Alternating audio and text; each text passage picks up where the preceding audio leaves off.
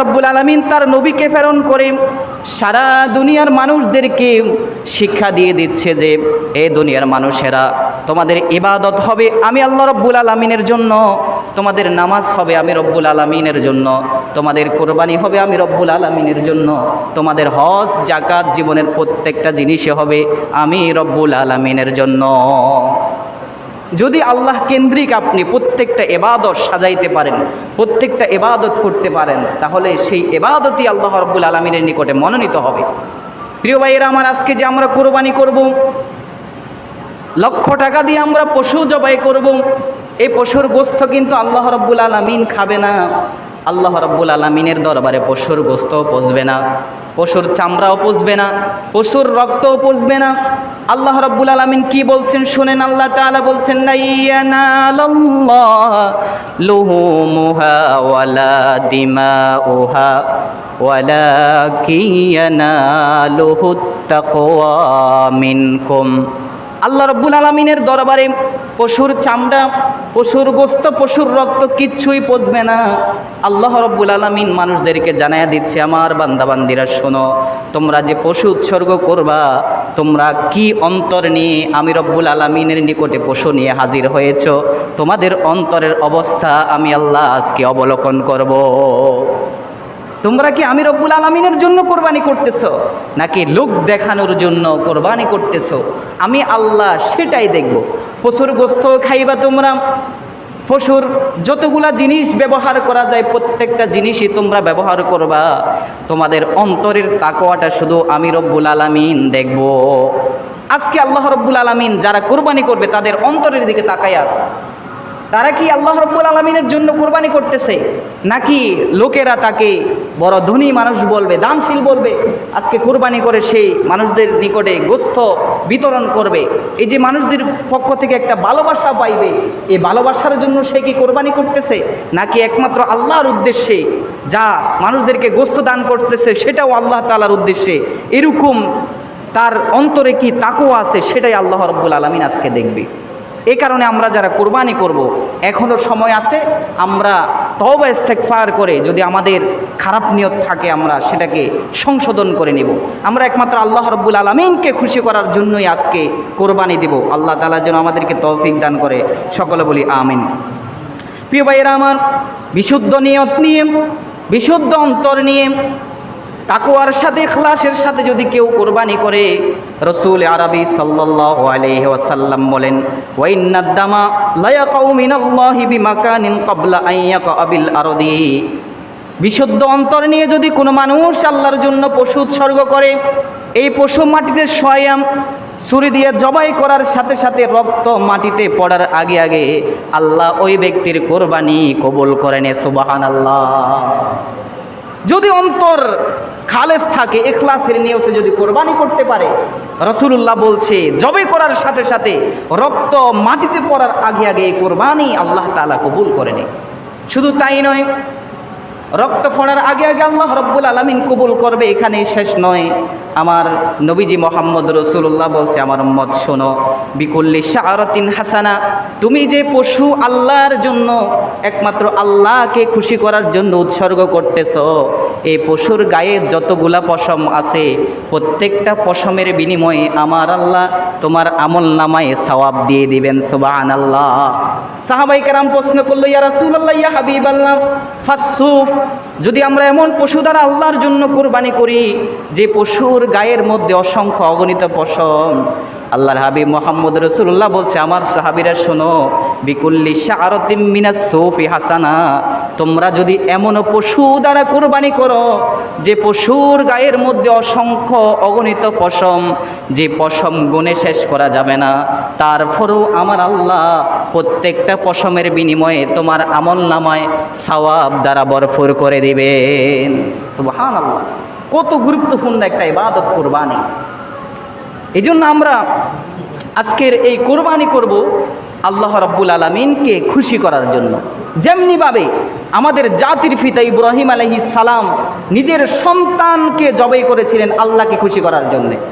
হযরত ইব্রাহিম আলাইহিস সালামকে আল্লাহ তাআলা ৮৬ বছর বয়সে একটা সন্তান দান করেছেন। সেই সন্তানের নাম হচ্ছে ইসমাইল। আল্লাহ রাব্বুল আলামিনের দরবারে ইব্রাহিম নবী দোয়া করেছিল, রব্বি হাবলি মিনাস সালিহিন, আল্লাহ গো আমাকে আপনি একটা নেককার সন্তান দান করেন। আমাদের জাতির পিতা ইব্রাহিম আল্লাহর দরবারে দোয়া করেছিল, আল্লাহ আমাকে একটা নেককার সন্তান দান করেন। এই পয়গাম্বর হযরত ইব্রাহিম আলাইহিস সালামকে আল্লাহ তাআলা ৮৬ বছর বয়সে একটা সন্তান দান করেছেন। তিনি যে দোয়া করেছেন, রব্বি হাবলি মিনাস সালিহিন, আল্লাহ গো আমাকে একটা নেককার সন্তান দান করেন। ৮৬ বছর বয়সে আল্লাহ তার দোয়া কবুল করে তাকে একটা সন্তান দান করেছেন। কোরআনে কারীমের মধ্যে আল্লাহ বলছেন, ফাবাশশারনাহু বিগুলামিন হালিম, আল্লাহ বলছে আমি ৮৬ বছর বয়সে পয়গাম্বর ইব্রাহিমকে একটা সন্তান দান করেছি। প্রিয় ভাইয়েরা আমার, ইব্রাহিম আলাইহিস সালামকে এমন একটা সন্তান দান করেছে, আল্লাহ তাআলা বলছেন বিগুলামিন হালিম, যে সন্তানটা হবে ধৈর্যশীল। কেমন ধৈর্যশীল? যত বিপদ আপদ আসুক না কেন, বিপদ আপদের মুখামুখি হয়ে মোকাবেলা করতে পারবে এমন একটা সন্তান হযরত ইব্রাহিম আলাইহিস সালাতু ওয়াস সালামকে আল্লাহ রাব্বুল আলামিন দিয়েছিলেন। প্রিয় ভাইরা আমার, এই সন্তান যখন আস্তে আস্তে বড় হতে লাগলো, সন্তান যখন একটু বড় হলো, বাবার সাথে হাঁটাহাঁটি করে, বাবার একটু একটু কাজকর্ম করে দেয়, বাবার সাথে কাজে কর্মে সহযোগিতা করে। এমন সময় আল্লাহ রাব্বুল আলামিন পয়গম্বর ইব্রাহিমকে স্বপ্নে দেখাইলেন, ইব্রাহিম তোমার প্রিয় বস্তুকে আমি আল্লাহর রাস্তায় কোরবানি করে দাও। ইব্রাহিম তুমি তোমার প্রিয় বস্তু কোরবানি করে দাও। সকালবেলায় ইব্রাহিম আলাইহিস সালাম জাগ্রত হয়ে আল্লাহর রাস্তায় ১০০ উট কোরবানি করে দিলেন। কিন্তু পরের দিন আবার আল্লাহ রাব্বুল আলামিন ইব্রাহিমকে স্বপ্নে দেখাইল, ইব্রাহিম আমি আল্লাহর রাস্তায় তোমার প্রিয় বস্তু কোরবানি করো। পরের দিন আবার ১০০ উট আল্লাহর রাস্তায় কোরবানি করেছেন।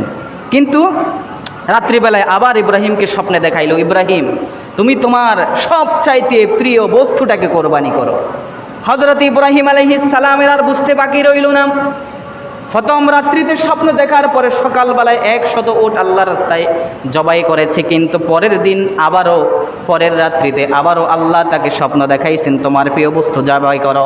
পরের দিন সকালবেলায় আরও ১০০ উট জবাই করেছে, কিন্তু তৃতীয় দিনে আবার ইব্রাহিম আলাইহিস সালামকে আল্লাহ স্বপ্নে দেখাইছেন তোমার প্রিয় বস্তু তুমি জবাই করো। ইব্রাহিম আলাইহিস সালাম বুঝতে পারছে আমার এই দুনিয়াতে সবচাইতে প্রিয় বস্তু হচ্ছে আমার সন্তান ইসমাইল।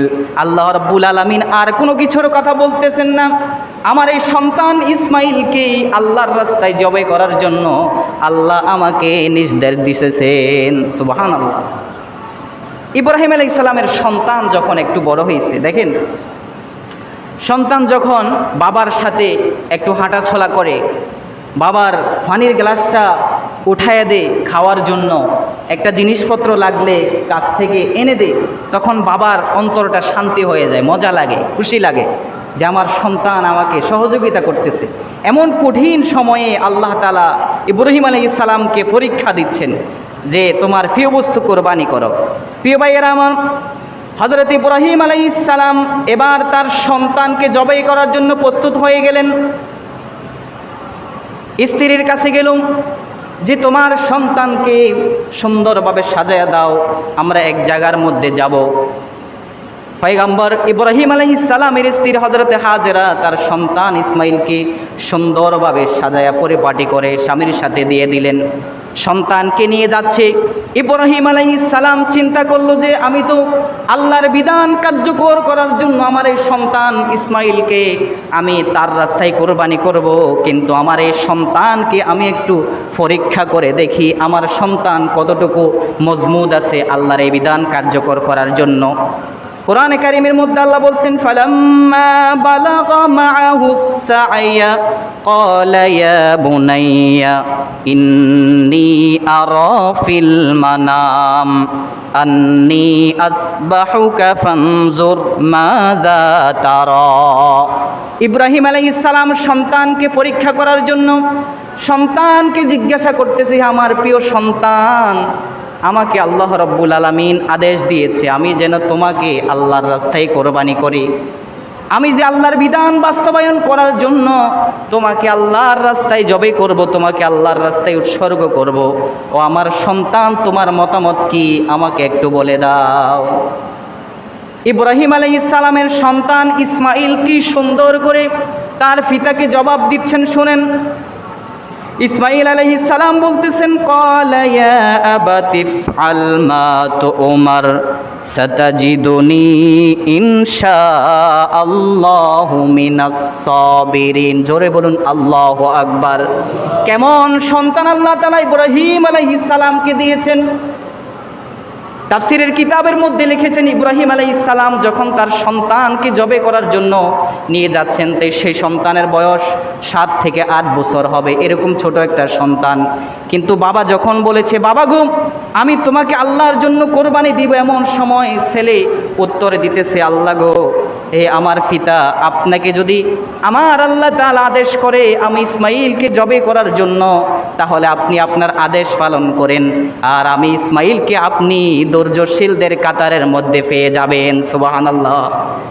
ইসমাইল আলাইহিস সালাম সেখানে এই বাক্য উচ্চারণ না করে আবার বাবাকে প্রশ্ন করতে পারতো যে, বাবা কেন আল্লাহ আমাকে জবে করবেন, এর কারণ কি, আল্লাহ তাআলা আমাকে জবে করার জন্য কেন বলেছেন। এরকম জবাব না দিয়ে সে কত সুন্দর একটা জবাব দিচ্ছে যে, আপনাকে যদি আল্লাহ আদেশ করে আমাকে জবে করার জন্য, তাহলে আপনি জবেই করেন, আপনার কাজ সম্পূর্ণ করেন, আমি ইসমাইলকে আপনি ধৈর্যশীলদের কাতারের মধ্যে পেয়ে যাবেন।